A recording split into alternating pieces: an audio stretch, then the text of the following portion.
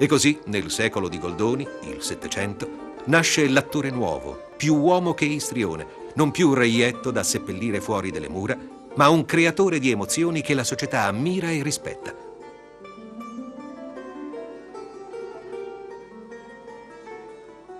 Ma la riforma del Goldoni è soprattutto nei riguardi del teatro comico, che agisce in profondità. Goldoni si trova di fronte anche qui a una tradizione stanca, svuotata dall'interno dalla ripetitività delle situazioni, la tradizione della commedia dell'arte.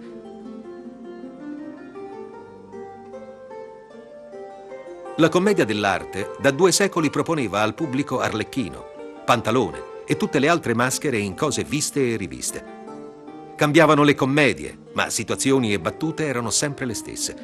Non vi era un copione scritto, ma un semplice canovaccio dove gli attori erano liberi di improvvisare, perciò fu detta anche commedia all'improvviso. Goldoni, da saggio riformatore, con gradualità smantella il sistema della commedia dell'arte. Da pura macchina comica ripetitiva, senza carattere e senza emozione, Arlecchino, Brighella, Pantalone si trasformano in uomini del loro tempo.